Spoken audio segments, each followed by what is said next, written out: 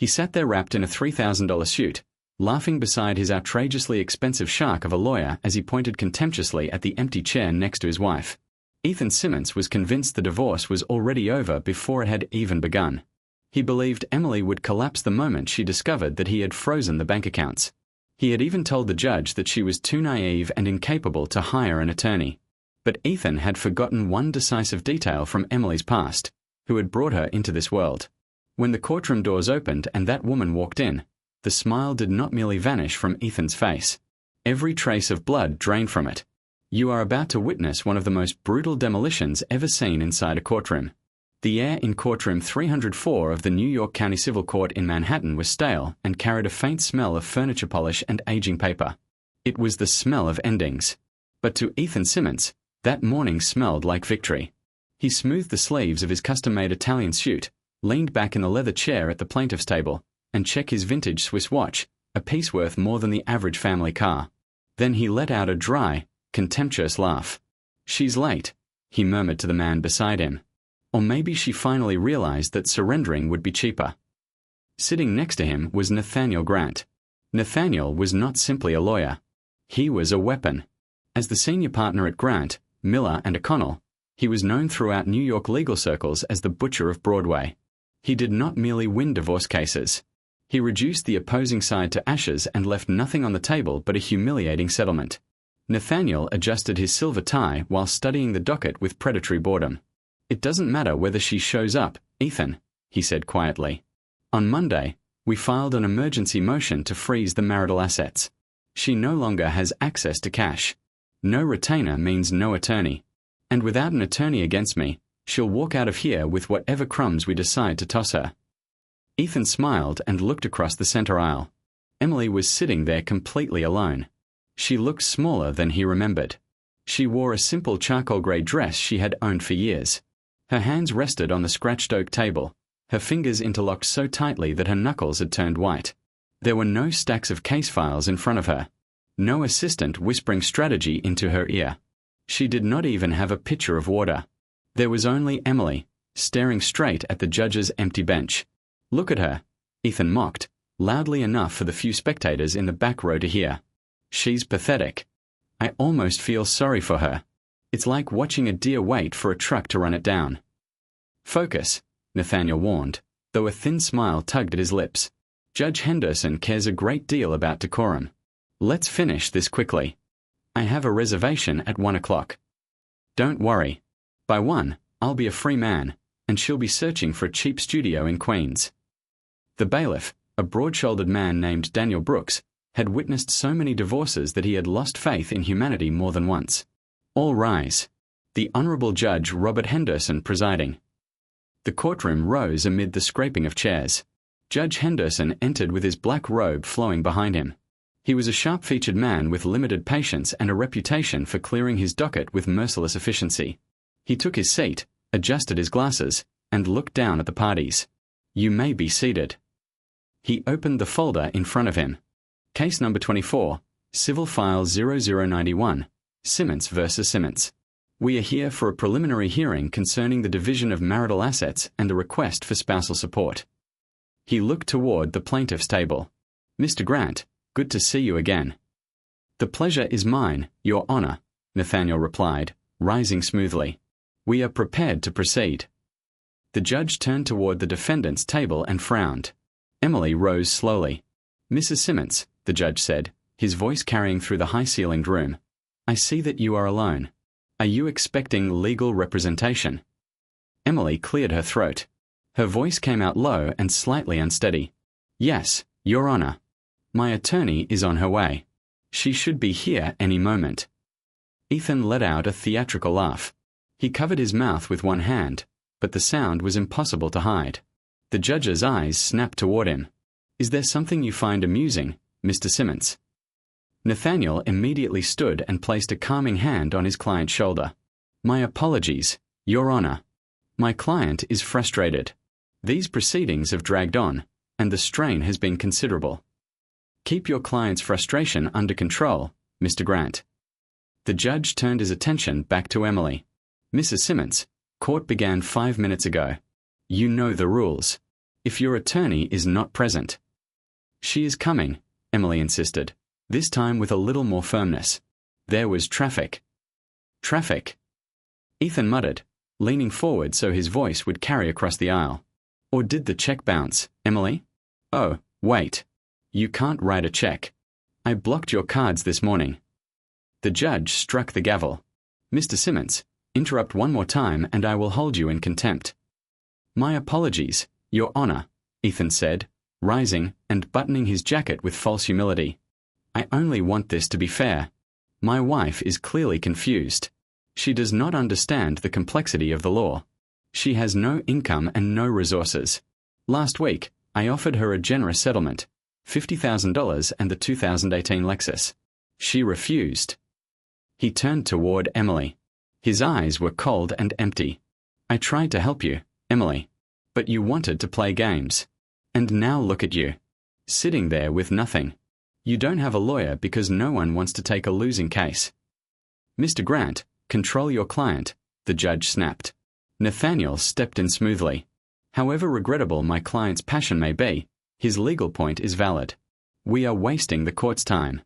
Mrs. Simmons has failed to secure representation. We request that the court proceed immediately with a default ruling on the division of assets. She has had months to prepare. The judge looked at Emily and appeared tired. Mrs. Simmons, Mr. Grant is technically correct. This court's time is valuable. If you cannot produce an attorney now, I will have to assume that you intend to represent yourself. And considering the complexity of the forensic audit of your husband's assets, that would not be advisable.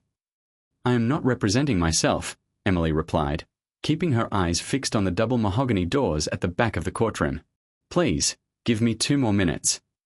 She's stalling, Ethan whispered. She has no one. Her father worked on cars, and all her friends are suburban housewives. Who is she going to call? The Ghostbusters. He laughed again, this time with open cruelty. He felt invincible. He looked at the woman he had sworn to love and honor and saw nothing but an obstacle about to be crushed. He wanted to humiliate her. He wanted her to understand that leaving him had been the worst mistake of her life.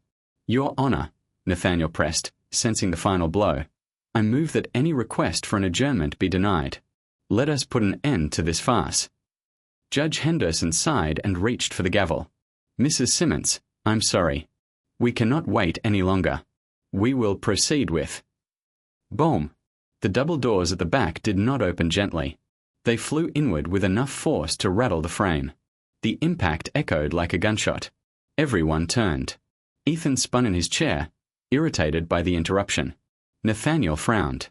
His pen hovered above his notepad. The entire courtroom fell into breathless silence. The person in the doorway was not an out-of-breath public defender, nor was she some bargain attorney from a makeshift office. A woman stood there, nearly 70 years old, though her posture was as straight as a steel beam. She wore a tailored white suit that cost more than Ethan's entire wardrobe. Her silver hair was cut in a precise, razor-sharp bob. She wore dark sunglasses, which she slowly removed to reveal icy, penetrating blue eyes. They were the eyes of a woman who had forced senators, chief executives, and entire corporate boards to bow their heads. 3 young attorneys followed behind her, each carrying a thick leather briefcase. They moved in formation, like fighter jets escorting a bomber. The woman did not hurry. She walked down the center aisle with measured steps. The click of her heels sounded like a metronome counting down the seconds Ethan had left before disaster. Nathaniel Grant, the butcher of Broadway, dropped his pen. His mouth opened slightly. His face, normally a mask of arrogance, lost all color. No, he whispered, a genuine tremor in his voice. That's impossible. Who is she? Ethan asked, confused by his lawyer's reaction. Is that Emily's mother? She told me her mother was dead. The woman reached the defendant's table. She did not look at Emily. She did not look at the judge. She slowly turned and fixed her eyes on Ethan Simmons. She smiled. It was not a kind smile. It was the expression of a predator just before dragging its prey beneath the water. Please excuse the delay, she said. Her voice was calm, polished, and powerful enough to fill the courtroom without a microphone.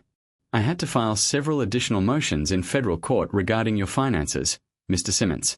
It took longer than expected to catalog all of your hidden accounts and shell companies. Ethan froze.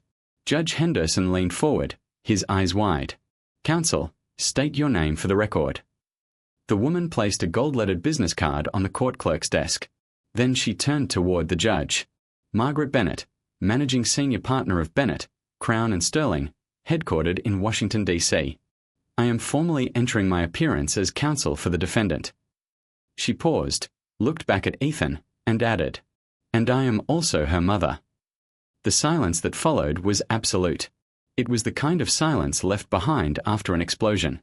Ethan blinked, unable to process what he had heard.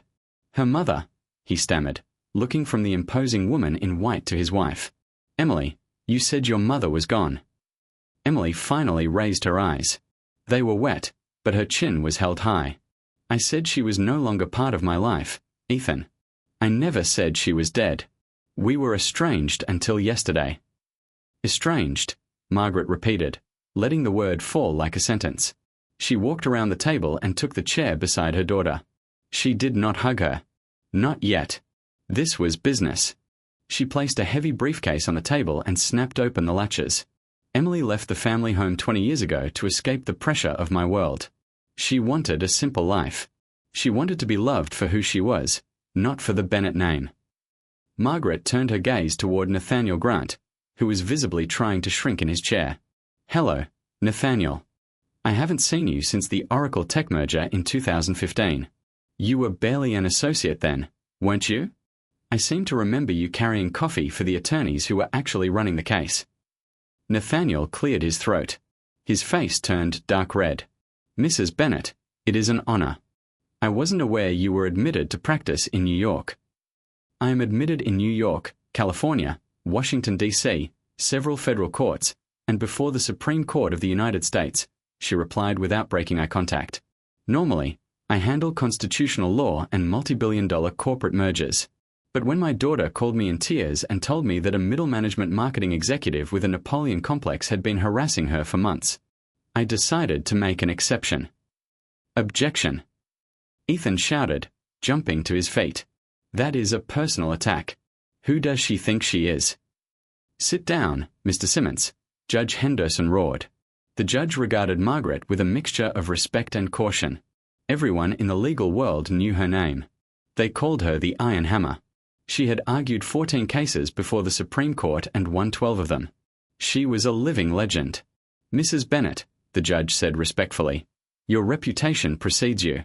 However, we are in the middle of a hearing concerning the division of assets. Mr. Grant has moved for a default judgment." "Yes, I saw the motion," Margaret replied, taking a folder from her briefcase. "It was charming. Sloppy, but charming." She rose, approached the bench, and handed the court clerk a thick stack of documents for the judge. An identical copy landed on Nathaniel's table with a hard thud. "Mr. Grant claims that my client has neither assets nor legal representation. That issue has now been resolved. He also claims that the disputed property, the Fifth Avenue penthouse, the Hamptons house, and the investment portfolio, belongs solely to Mr. Simmons and is protected by a prenuptial agreement signed 7 years ago. That agreement is ironclad." Ethan shouted, "She gets nothing. She signed it willingly." Margaret removed her glasses again. "Mr. Simmons, do you know who drafted the model marital duress provision that was used in the state of New York for years?" Ethan blinked. "What?" "I did," Margaret answered quietly. "In 1998, I helped draft the rule that precisely defines what constitutes coercion when a prenuptial agreement is signed." She struck the document against Nathaniel's table. "And according to the sworn statement my daughter filed this morning, you threatened to kill her cat and stop paying for her sick grandmother's nursing care unless she signed on the night before your wedding." A collective gasp swept through the courtroom. "That's a lie." Ethan shouted, his face turning purple. "She's lying." "We also recovered the text messages from that night," Margaret continued, raising her voice only enough to cut through his shouting. "They were extracted from the cloud server you believed you had deleted them from. Exhibit C, Your Honor." Judge Henderson opened the relevant section. His eyebrows rose. Nathaniel began flipping through the pages in desperation. Beads of sweat formed across his forehead. "Your Honor, we have not had time to review this evidence. This is an ambush." "An ambush." Margaret gave a short, cold laugh. Mr. Grant, you attempted to obtain a default judgment against an unrepresented woman while your client openly mocked her in the courtroom. You are hardly in a position to complain about procedural fairness. She turned toward the court as though delivering a masterclass. And now we will discuss the money. Mr. Simmons claims that his net worth is approximately $8 million, a respectable amount for a man of such limited talent. Ethan looked as though he were about to suffer a stroke. However, Margaret continued, pulling out a second and much thicker folder. My team of forensic accountants, who normally trace criminal financing networks for federal agencies, spent the last 12 hours following the web of shell companies Mr. Simmons created in Delaware, Nevada, and the Cayman Islands. She dropped the folder onto the table. The impact was dull and heavy. It appears, Your Honor, that for 5 years Mr. Simmons diverted marital assets into a company called Apex Ventures. The total amount concealed is not $8 million. Margaret leaned toward Ethan until her face was only inches from his. It is $24 million. Then she looked at the judge and smiled. And because he omitted that amount from the financial disclosure he signed this morning under penalty of perjury, I believe we are looking at serious and deliberate fraud. Ethan sank into his chair. Do something, he hissed at Nathaniel. Nathaniel looked at the documents, then at the judge, who was staring at Ethan with scorching intensity. Finally, he looked at Margaret, who was examining her fingernails with complete indifference. I need a recess, he said in a broken voice. Denied, the judge replied immediately. I want to hear more about those accounts. Mrs. Bennett, continue. Margaret smoothed the skirt of her suit. Thank you, Your Honor. Before I address the details of the fraud, I would like to address the contempt my client has endured because she supposedly lacked legal representation. She returned to Emily and placed a hand on her shoulder. For the first time, Emily looked up at her mother and smiled. It was a real smile, small, hopeful, and sincere. Ethan, Margaret said, lowering her voice until it became almost intimate, you mocked my daughter because you believed she was weak. You mistook her kindness for helplessness. You mistook her silence for surrender. She turned toward the court clerk. Let the record reflect that Emily Simmons is represented, as of this moment, by Margaret Bennett. And I did not come here to negotiate a settlement, Mr. Grant. She looked at Ethan. Her eyes were hard as ice. I came to take everything from you, the house, the cars, the hidden money, and your reputation. I am going to dismantle your life layer by layer until you are left with exactly what you intended to leave my daughter. She paused. Nothing. The atmosphere in the courtroom changed completely. It was no longer stale or lifeless. It had become electric. The few spectators in the back, board and turns, retirees, and people waiting for other cases, leaned forward. Some discreetly pulled out their phones to tell friends that something extraordinary was happening in courtroom 304. Judge Henderson rubbed his temples. Mrs. Bennett, you have the floor. Thank you, Your Honor. I call Ethan Simmons as a hostile witness. Ethan went rigid and looked at Nathaniel.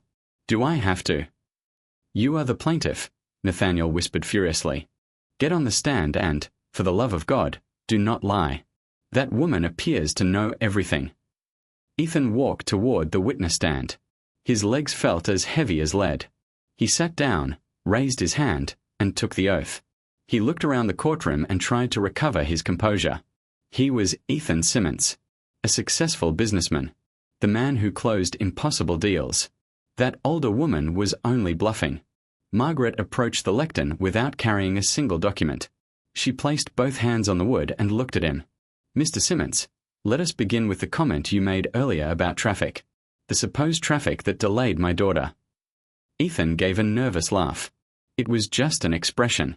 Emily is always late. She's disorganized. Disorganized. Margaret repeated. Is that why you controlled every financial matter in the marriage? Because Emily was too disorganized to understand numbers. Exactly, Ethan replied, regaining confidence. Emily is a dreamer. She paints, volunteers at an animal shelter, and understands nothing about returns, investments, or equity positions. I handled everything to protect our future. To protect your future. Margaret tilted her head slightly. Then why did you purchase an apartment in Miami on March 14th of this year? I am referring to the property registered to Simmons Holdings LLC. Ethan blinked. It was an investment for the portfolio. How strange. Because according to the statements linked to that property, documents you attempted to destroy but which your assistant, Megan Higgins, recovered from the digital trash, you purchased furniture for a nursery. Emily lifted a hand to her mouth. Ethan turned pale. That was staging to increase the resale value. Staging. Margaret stepped closer. And the diamond bracelet purchased 3 days later at Tiffany & Company on Fifth Avenue? Was that part of the staging as well, or was it for the woman living in that apartment? Objection, Nathaniel said, rising with obvious reluctance. Relevance, Your Honor. New York permits no-fault divorce. Infidelity alone does not determine the division of assets. It is relevant when marital funds were used to finance it, the judge ruled, narrowing his eyes at Ethan. Objection overruled. Answer the question. Ethan gripped the railing of the witness stand. I don't know what she's talking about. Margaret smiled. It was the smile of an animal that had just tasted blood. You truly don't? Very well. We will leave your Miami mistress aside for the moment. We will return to Madison later. Ethan flinched at the name. Let us discuss Apex Ventures. In your sworn statement, you claimed that your income last year was $400,000. That is correct, Ethan answered quickly. The market was bad. The market was bad, Margaret repeated. She turned toward the judge. Your Honor, I have records from First National Bank. They show a transfer of $2 million into an account controlled by Apex Ventures on the exact day Mr. Simmons claims the market collapsed. She held up a sheet of paper.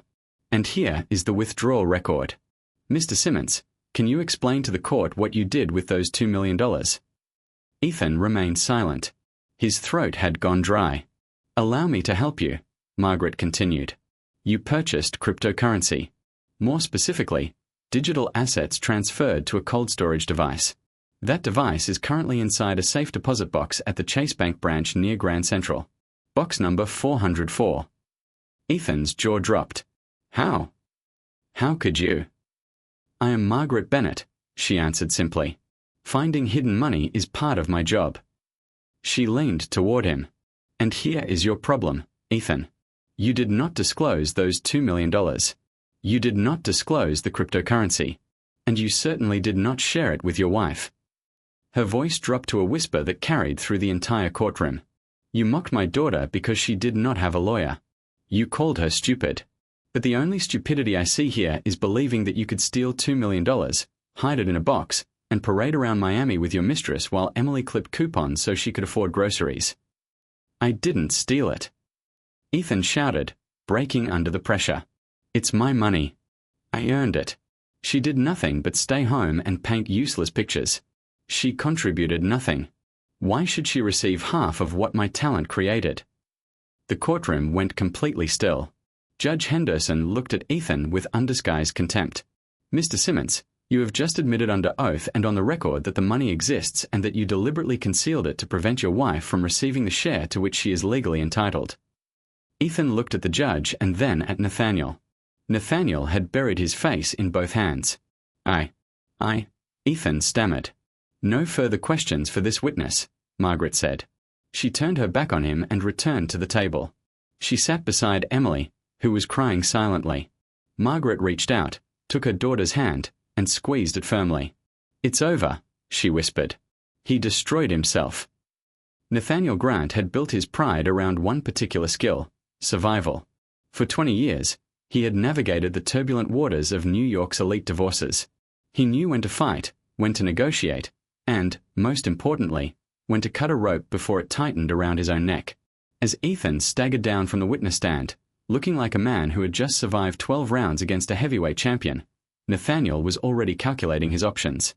His client had just admitted to perjury and fraud in open court. The judge was furious. Across the room sat Margaret Bennett, a woman capable not only of winning the case but also of filing professional complaints that could end Nathaniel's career. Fix this, Ethan hissed as he collapsed into his chair. Do something. Challenge the evidence from the storage device. Say it was obtained illegally. Nathaniel did not look at him. He began placing documents into his briefcase. What are you doing? Ethan asked, panic rising in his voice.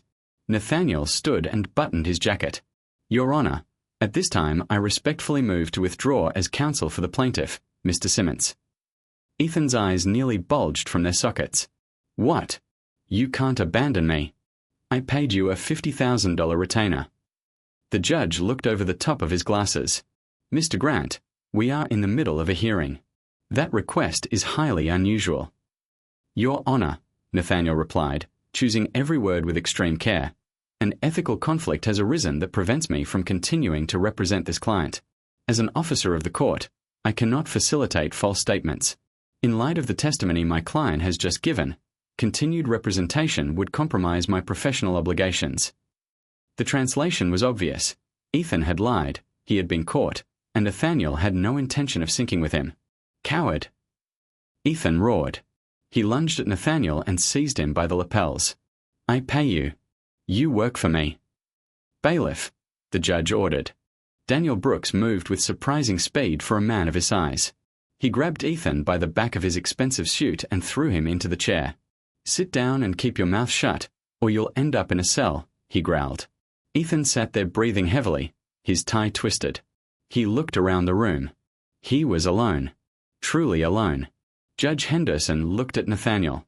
Mr. Grant, I will not permit you to withdraw at this time. You will remain seated and ensure that your client's rights are protected until this hearing concludes. Afterward, you may file whatever motions you wish, but you will not leave this courtroom. Nathaniel's face fell. Yes, Your Honor. He sat down and dragged his chair nearly 3 feet away from Ethan. Margaret watched the scene with glacial calm. Then she rose again. Your Honor, since Mr. Simmons's counsel remains present, however unwillingly, I would like to call my next witness. Her testimony concerns the plaintiff's character and financial conduct.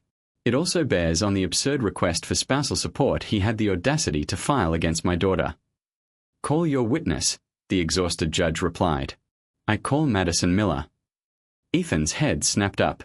No, he whispered. She wouldn't do this. The doors at the back opened again. A strikingly beautiful young woman entered, wearing a simple dark blue suit. She looked frightened. She passed Ethan without looking at him. He reached out a hand. Madison, baby, please. She stepped back as though he were toxic. Madison took the witness stand and was sworn in. Margaret approached her with an unexpectedly gentle voice.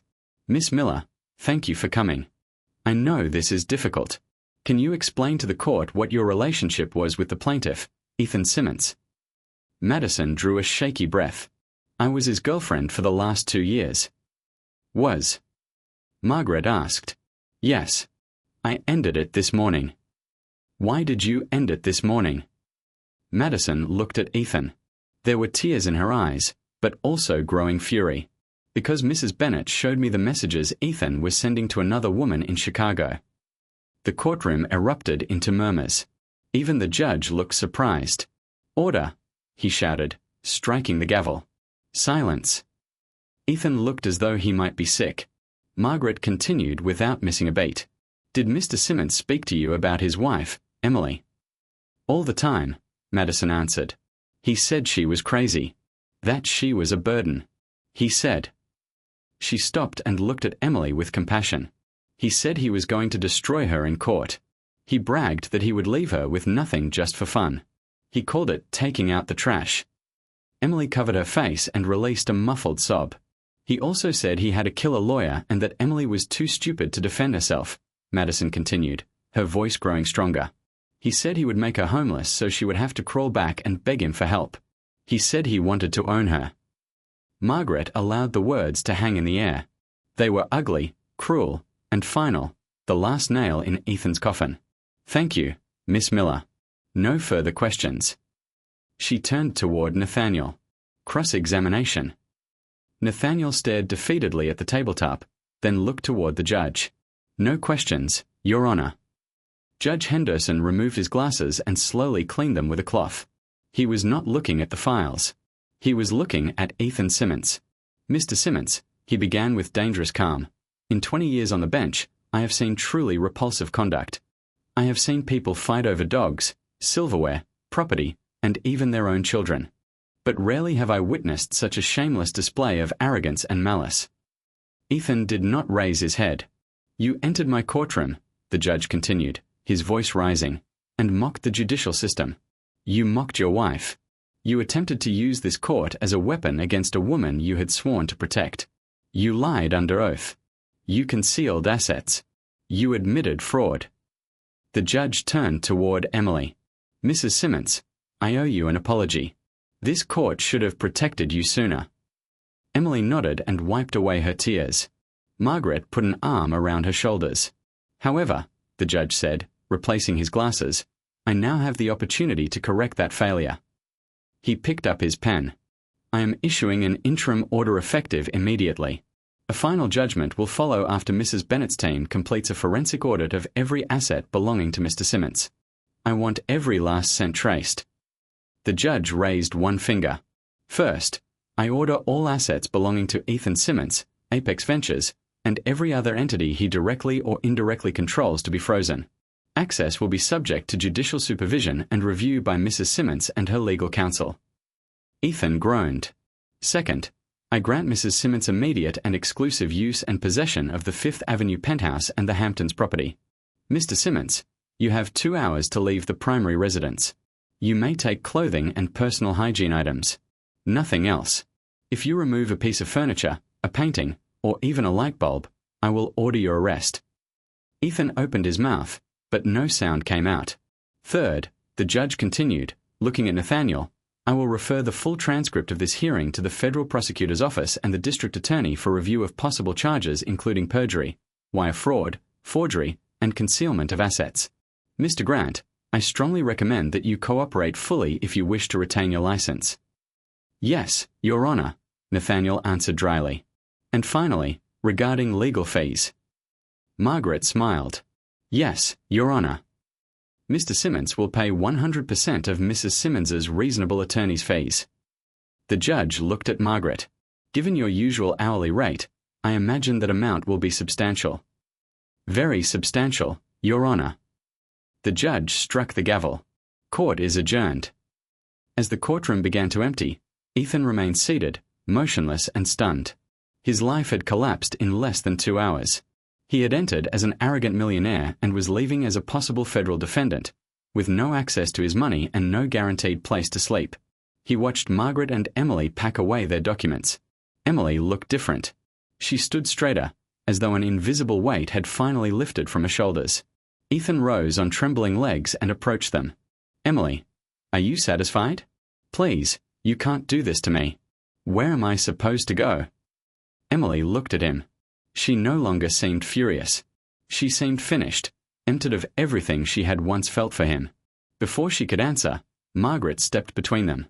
Though she was roughly Ethan's height, her presence became a physical barrier. "Mr. Simmons," she said with cutting coldness, "my daughter does not speak with people under criminal investigation. If you have something to say, you may communicate it to one of my associates." She indicated a sharp-eyed young man standing behind her. "Noah, give him your card." Noah Carter handed Ethan a business card. "And now," Margaret continued, taking Emily by the arm, "step aside. We have a celebratory lunch ahead of us. I believe my daughter has many years of painting to make up for." They walked past him. Emily did not look back. Ethan watched the heavy wooden doors close and felt as though they had sealed his fate. He looked at Nathaniel, who was already on the phone, probably with his own attorney. Ethan Simmons was alone. But the story was not over yet. As Margaret and Emily descended the courthouse steps and blinked in the harsh Manhattan sunlight, a black limousine pulled up in front of them. It was not Margaret's car. The rear window lowered, revealing an older man with silver hair and a face carved like granite. He looked first at Margaret, then at Emily. Emily froze. "Dad." Margaret's body tightened, and she gripped her briefcase more firmly. "Hello, Margaret," the man said. His voice was deep enough to dominate even the noise of traffic. "I saw the news. The Iron Hammer has returned. It seems you put on quite a performance in there." "I did what had to be done, Richard," she replied sharply. "I know." The man looked at Emily. "It has been a long time." Emily studied her parents. She had not seen that man in nearly 20 years. He was the same father who had supported Ethan at her wedding because he considered the marriage a valuable business connection. "What are you doing here?" she asked. I'm here because Ethan Simmons owes me money. A great deal of money. And I heard the two of you just took everything from him. Richard Bennett stepped out of the car. He had not come to embrace his daughter. He had come because of an investment. Margaret placed herself in front of Emily once more. She owes you nothing, Richard. Ethan's debts are Ethan's problem. Not according to the loan documents. Richard pulled a folder from inside his jacket. 6 months ago, Ethan pledged the Fifth Avenue penthouse as collateral for a private loan from my company. If he defaults, and I'm certain he will today, the property becomes mine. Emily felt the ground vanish beneath her feet. Just when she believed she had recovered her home, the past had returned from another direction to take it away. Margaret took the document and examined it. Her eyes narrowed as she studied the signatures. You gave him this loan knowing he was hiding assets? She asked, staring at her former husband in disbelief. Business is business, Margaret. I didn't know he was hiding anything from you. I only knew he needed liquidity. And the loan comes due today. Richard looked at Emily. I'm sorry, sweetheart. But that property belongs to me. You'll have to find somewhere else to live. Tears returned to Emily's eyes. She had only just regained her home, and now it seemed she was losing it on the sidewalk to her own father. Margaret looked at Richard, examined the document again, and slowly a dangerous smile spread across her face. It was the same smile she had given Ethan moments before destroying him. Oh, Richard, she said with a dark laugh. You really should have read the fine print in the property records before lending him that money. Richard frowned. What are you talking about? The noise of the street seemed to fade, leaving only the tension among the three members of that family. Richard stood beside his elegant black car, holding the document that supposedly erased everything Margaret had just achieved in court. He looked at his former wife and daughter not with affection, but with the cold calculation of a man reviewing a balance sheet. It is a completely valid lien, he insisted. Ethan borrowed $2 million from my private equity firm, Ironclad Capital. He pledged the deed to the penthouse as collateral. He missed the first payment yesterday. The property is mine. Emily felt her knees weaken and leaned on her mother's arm. Is that true? Can he do that? Dad, how could you? Richard at least had the decency to look uncomfortable. It was a business transaction, Emily. Ethan brought me a proposal. I didn't know he was stealing from you. But $2 million is still $2 million. I have investors. I can't simply write off a loss like that. Margaret showed no concern. On the contrary, she seemed to be suppressing a laugh. She stepped closer to Richard, snatched the contract from his hand, and scanned the text with laser-like precision. Section 4, Clause B, she read aloud. The borrower represents that he is the sole owner, free and clear of all encumbrances, of the property offered as collateral. She looked at him over the top of her glasses. Did you conduct a complete title search, Richard? Or did you simply trust a man who wears too much cologne and calls anyone who might finance him, sir? Richard's frown deepened. My team conducted a preliminary review. Ethan's name appears on the deed. His name appears on the copy he showed you, Margaret corrected. But if you had checked the official county records, you would have seen the amendment filed in 2018. She opened her briefcase and removed a blue folder. That year, when Emily was pregnant before losing the baby, I persuaded Ethan to transfer the property into a family trust. I explained that it would reduce tax exposure and protect the estate. He agreed because he is greedy and hates paying taxes. Margaret smiled, but he never read the trust agreement. She handed the folder to Richard. The trust states that any use of the property as collateral requires the authentic signature of the primary beneficiary. That beneficiary is Emily. She never signed this loan. Richard looked down at the document in his hand. On the relevant line was a signature resembling Emily's, but it was uneven and shaky. Emily felt the full scope of the betrayal open before her. He forged it, she whispered. Ethan forged my signature. Margaret nodded. Exactly. So here is your dilemma, Richard. You are holding a contract based on a forged signature and tied to property owned by a trust. The collateral is invalid. Richard's face turned grey. If the collateral is invalid, I have no claim to the penthouse. Correct, Margaret replied, almost cheerfully. Which means that, for the moment, you have lost $2 million without enforceable security. Richard crushed the paper in his fist. That bastard defrauded me. He defrauded his own father-in-law. He did. And if you attempt to remove Emily from the apartment, I will sue Ironclad Capital for predatory lending practices and for accepting documents that a reasonable review should have identified as suspicious. I will keep your company trapped in litigation so long that your grandchildren will be the ones negotiating the settlement. Margaret stepped closer and lowered her voice. Or, for once in your life, you can do the right thing. Richard looked at her, then at Emily. He saw the adult woman his daughter had become. He saw the firmness in her jaw, a strength inherited from her mother, not from him. What do you want? He asked. I want you to leave. Pursue Ethan personally for the debt. Garnish his wages, take his watch, claim whatever legal assets you can find. I don't care. But the penthouse stays with Emily. Margaret held his gaze. And you are going to apologize to her? Richard hesitated. He was proud, but he was also a businessman capable of recognizing when he had lost. He released a long, weary sigh and turned toward his daughter. Emily, I knew nothing about the forgery. I never should have done business with him. I am sorry. Emily looked at her father. Years earlier, she would have begged for his approval. Now she felt only distant pity. It's all right, Dad, she said quietly.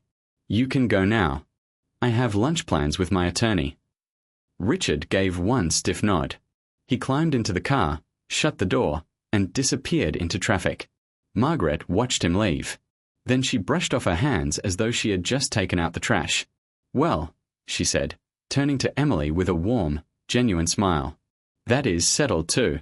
Now let's have lunch. I'm starving, and I believe we have 20 years to make up for. Emily looked at her mother. The woman she had feared, the woman she had run from, had just saved her life. She stepped forward and embraced her. Margaret went rigid for a moment. She was not accustomed to hugs. Then she relaxed and wrapped her arms around her daughter, holding her just as tightly. I missed you, Mom. Emily sobbed against her shoulder. I know, Margaret whispered, her voice thick with emotion. I missed you too, sweetheart. And this time, I'm not going anywhere. 3 months later, a gallery in Chelsea was packed. Waiters moved through the crowd carrying trays of champagne and hors d'oeuvres. The lighting made the large, vividly colored canvases glow against the white walls. The exhibition was titled Rebirth. Emily stood at the center of the room in a spectacular red dress that looked as though it had been designed exclusively for her. She held a glass of sparkling water and laughed with several collectors who were competing to buy her centerpiece. The painting, titled The Hammer, portrayed a stylized courtroom. At its center, a radiant figure broke through black chains while a storm opened behind her. The image was raw, powerful, and impossible to ignore. It's extraordinary, one collector said.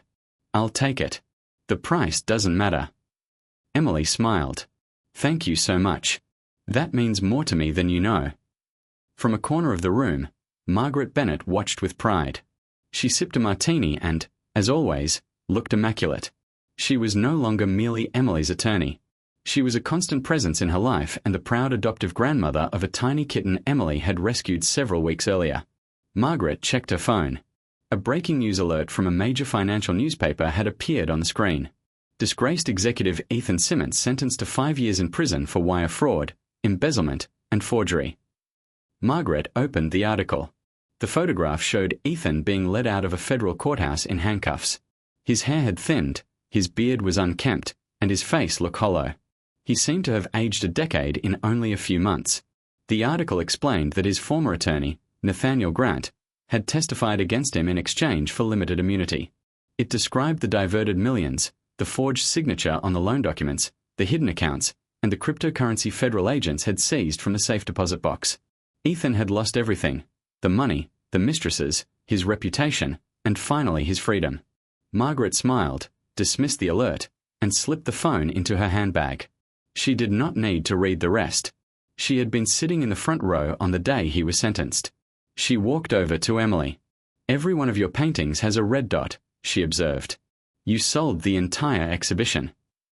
I still can't believe it, Emily replied, her eyes shining.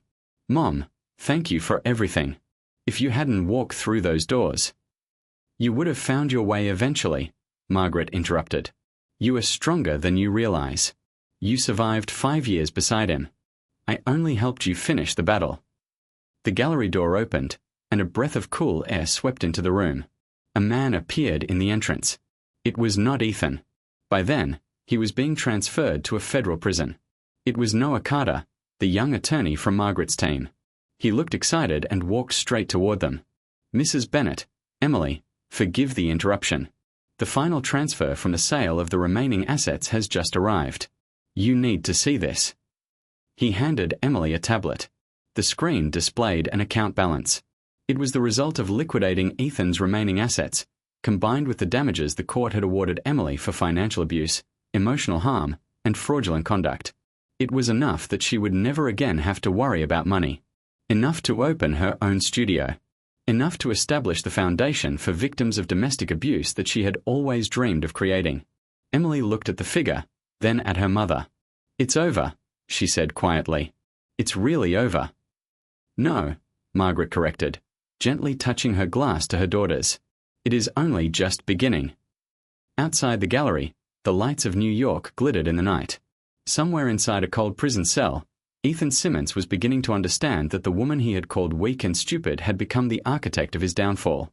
He had made the classic mistake of a narcissist. He believed Emily had nothing to say simply because she remained silent. He had forgotten that the most violent storms often begin with a drop in pressure, an almost invisible shift in the wind, and a stillness that screams danger. And above all, he had forgotten something far more important. A wife may try to forgive, but a mother never forgets. Emily returned to her guests. Her laughter rang clear and free throughout the gallery. She was no longer the woman in the grey dress sitting before an empty table. She was Emily Bennet Simmons, artist, survivor, and daughter of the Iron Hammer. And she still had so much left to paint. Ethan learned in the most painful way that silence is not weakness. Sometimes, it is simply the pause before someone reloads. He had believed he could strip Emily of her dignity because he controlled the bank accounts. But he had underestimated an unstoppable force, a mother's love combined with a first-rate legal mind. Emily did not merely regain her freedom. She reclaimed her voice, her art, and her life. And Ethan was left with nothing but a prison uniform and years in which to regret what he had done. Thank you for staying with us until the end. And remember this, be careful whom you mock, because you never know who may be about to walk through that door.